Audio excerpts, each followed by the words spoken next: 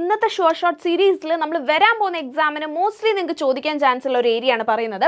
അപ്പോൾ നമ്മുടെ micro and macro economics തമ്മിലുള്ള ഡിഫറൻസ് അതെന്തായാലും ഡെഫിനറ്റ്ലി എല്ലാ എക്സാംസിനും ചോദിക്കുന്നതാണ്, പ്രത്യേകിച്ച് വരാൻ പോകുന്ന എക്സാമിന്. അപ്പോൾ മൈക്രോ എന്ന് പറഞ്ഞാൽ എന്താണ്? അവിടെ നമ്മൾ ഇൻഡിവിജ്വൽസ് ആൻഡ് ഫേംസിൻ്റെ കാര്യങ്ങളാണ് നമ്മളവിടെ മെഷർ ചെയ്യുന്നത്.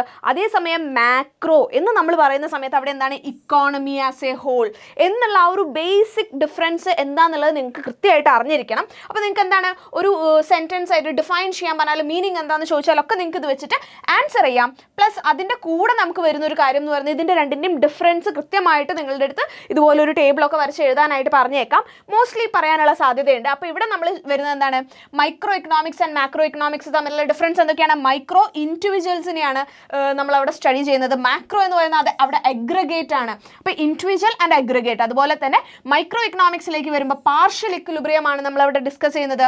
മാക്രോയിലേക്ക് വരുമ്പോൾ എന്താണ്? ജനറൽ ആണ് അല്ലേ? നമ്മൾ കംപ്ലീറ്റ് ആയിട്ടാണ് നോക്കുന്നത്. ജനറൽ ഇക്വിലിബ്രിയം ആണ്. മൈക്രോ എന്ന് പറയുന്നത് എന്താണ്? കുഞ്ഞു കാര്യങ്ങൾ, അതായത് ഒരു ഹോൾ ഇക്കോണമി എടുക്കാണ്ട് ഇൻഡിവിജ്വൽസിൽ നമ്മൾ ഫോക്കസ് ചെയ്യുന്നു. അതായത് അവിടെ ഒരു വോംസ് ഐ വ്യൂ ആണുള്ളത്. ഇതെന്തായാലും മെൻഷൻ ചെയ്ത് പോകാട്ടോ. ഒരു വോംസ് ഐ വ്യൂ ആണുള്ളത്. മാക്രോയിൽ വരുമ്പോൾ ബേർഡ്സ് ഐ വ്യൂ ആണ്. അത് ഇൻ ടോട്ടലാണ് നമ്മൾ അവിടെ എന്ത് ചെയ്യുന്നത്? ഡിസ്കസ് ചെയ്യുന്നത്. പിന്നെ എന്താണ്? ഇതിനൊരു എക്സാമ്പിൾ പറയുകയാണെങ്കിൽ മൈക്രോയിൽ നിങ്ങൾക്ക് പറയാം എന്താ? ഡിമാൻഡ് ഫോർ എ പെൻ, അല്ലെങ്കിൽ ഒരു ഇപ്പോൾ എനിക്ക് കിട്ടുന്ന സാലറി എന്നൊക്കെ പറയുന്ന മൈക്രോയിൽ നമുക്ക് പറയാം. അതേസമയം നമ്മൾ മാക്രോയിലേക്ക് വരുമ്പോൾ എന്തൊക്കെ വേണം?